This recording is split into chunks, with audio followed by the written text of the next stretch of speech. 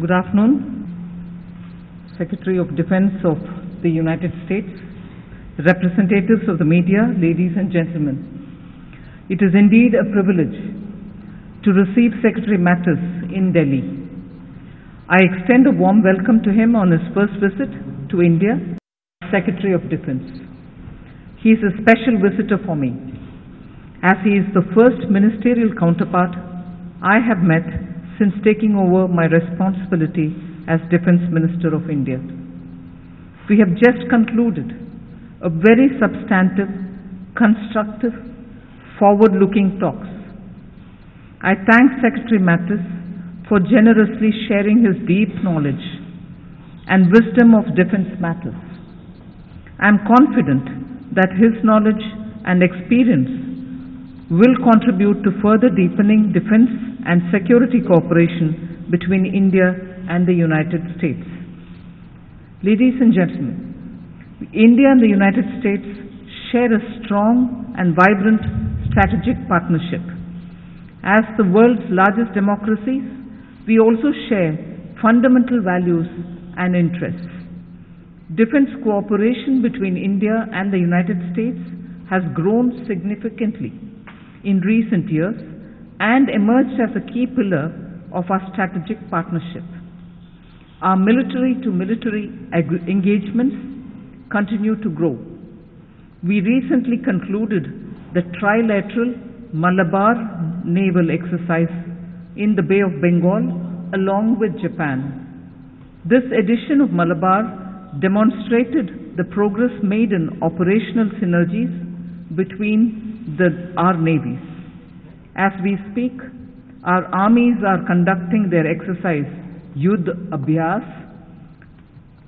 in the United States. In our talks today, we agreed to explore additional and specialized exercises. Cooperation in defense equipment has grown steadily over the past years. The US is now a leading supplier of state-of-the-art defense equipment to India. I appreciated Secretary Mattis's willingness to share further cutting-edge platforms which would enhance India's defense preparedness to meet current and emerging threats. Secretary Mattis and I agreed that we need to expand on the progress already made by encouraging co-production and co-development efforts. I reiterated India's deep interest in enhancing defense manufacturing in India under Prime Minister Modi's Make in India initiative. I thank Secretary Mattis for his supportive position in this regard and look forward to working closely with him to realize joint projects. In this context, we agreed that the full implementation of the understanding reached following the announcement by the US last year, recognizing India as a major defense partner, will provide further energy and momentum to our collaboration on defense technology and manufacturing. We also discussed how to refocus and re-energize the Defense Technology and Trade Initiative, the DTTI, as a mechanism to promote technology sharing, as well as co-development and co-production efforts. We also exchanged views on regional and international issues of mutual interest. The situation in our neighborhood and the growing menace of cross-border terrorism were discussed in depth. There is growing convergence in the approaches of both our countries on this issue. We both recognize the importance of holding those who use terrorism as an instrument of state policy to account and to dismantle the infrastructure that support terrorism. As you are aware, India welcomed President Trump's new US strategy for Afghanistan announced last month. Today, I had useful discussions with Secretary Mattis on how we could strengthen our cooperation bilaterally as well as with the government of Afghanistan in pursuit of our common objective of a peaceful, democratic, stable and prosperous Afghanistan. We also discussed the issues relating to maritime security in the Indian Ocean and the broader Asia-Pacific region, as well as regional connectivity issues. I'll read that again. We also discussed the issues relating to maritime security in the Indian Ocean and the broader Asia-Pacific region, as well as regional connectivity issues. India supports the freedom of navigation, overflight, and unimpeded lawful commerce. We also believe that disputes should be resolved through peaceful means and in accordance with the universally recognized principles of international law. I am happy to note that Secretary Mattis reaffirmed the U.S. position in support of these principles. I also welcome his reiteration of the U.S. commitment to work with India in ensuring maritime security in the Indo-Pacific as first responder to HADR situations. From our discussions today, I am confident that we are entering a new phase in our strategic defense partnership with the United States.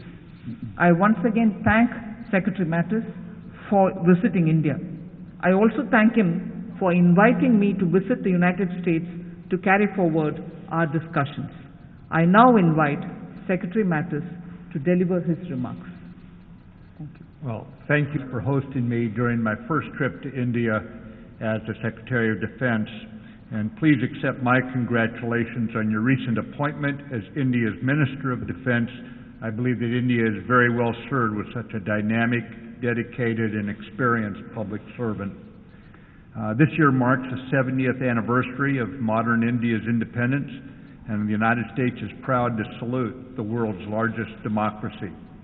We meet at a very good time, Madam Minister. As President Trump stated during his June meeting with Prime Minister Modi, the relationship between India and the United States has never been stronger. As two great democracies, India and the United States are natural strategic partners who share common values and common interests. We have a historic opportunity today to set a refreshed partnership between our nations, one that is built on respect, trust, and shared values of democracy, freedom of expression, and human dignity. Our common vision aims to support an open, just, and rules-based global order. A peaceful and prosperous future in the Indo-Pacific region is based on a strong rules-based international order and a shared commitment to international law, to peaceful resolution of disputes, and respect for territorial integrity. U.S.-India defense cooperation has steadily expanded in recent years, underpinned by a strategic convergence between our two countries based on common objectives and goals in the region. This cooperation will benefit both economies while reducing legacy trust issues between our two democracies. The United States designation of India as a major defense partner reflects the progress made in strengthening our cooperation. This designation recognizes India as a pillar of regional stability and security, and it reflects our desire for a long-term strategic partnership in the 21st century. My goal on this trip is to promote pragmatic progress between us in our defense partnership, delivering defense interoperability aligned with priority and President Trump's direction. In the wide-ranging new relationship between our nations, security is one of the key strategic pillars. As we work to strengthen our defense relationship, we seek to expand our cooperation in building partnerships also across the region. In particular, we applaud India's invaluable contributions to Afghanistan and welcome further efforts to promote Afghanistan's democracy, stability, and security. Our two countries recognize the threat that global terrorism poses to people throughout the world. There can be no tolerance of terrorist safe havens. As global leaders, India and the United States resolve to work together to eradicate this scourge. In broad-ranging initiatives, we value India's leadership across the Indo-Pacific and beyond. India has a vital role to play in supporting Southeast Asia's regional institutions, particularly in ASEAN, and in building partner capacity across the region. We appreciate India's stabilizing leadership in the Indian Ocean and seek to work together to build a resilient regional architecture with a foundation both our nations respect, that of a rules-based order. We also appreciate India's efforts, along with those of the United Nations and the broader international community, to increase pressure against North Korea over its dangerous and destabilizing behavior. In addition to our growing global cooperation, the Minister and I reaffirmed our commitment to deepen bilateral defense cooperation, in particular expanding maritime engagement as one of our top priorities. Our annual maritime security dialogue is an important mechanism to develop a shared understanding of the challenges we face and the opportunities for cooperation in addressing them. The U.S.-India Malabar naval exercise that the Minister mentioned is one with Japan and an example of our deepening shared trust and operational cooperation. I look forward to opportunities to increase our engagement based on shared maritime objectives and to explore new exercises as well. We also discussed ways to further deepen the robust defense, trade, and technology collaboration between our defense industries, and we look forward to sharing some of our most advanced defense technologies through the Defense Technology and Trade Initiative, or DTTI. Cooperation in this area will improve the capabilities of both our militaries and reinforce the foundation for an enduring partnership. I look forward, alongside Secretary of State Tillerson, to convening the inaugural 2+2 dialogue in the near future between our foreign and defense ministers. Steady engagement will be our watchwords for the path ahead. Let me close by reiterating the importance of the United States places on building a vibrant defense partnership with India. This is, again, a historic opportunity for our two democracies, a time of strategic convergence. As India takes its rightful place at the global table, India will find the United States to be a steadfast friend and partner. Thank you.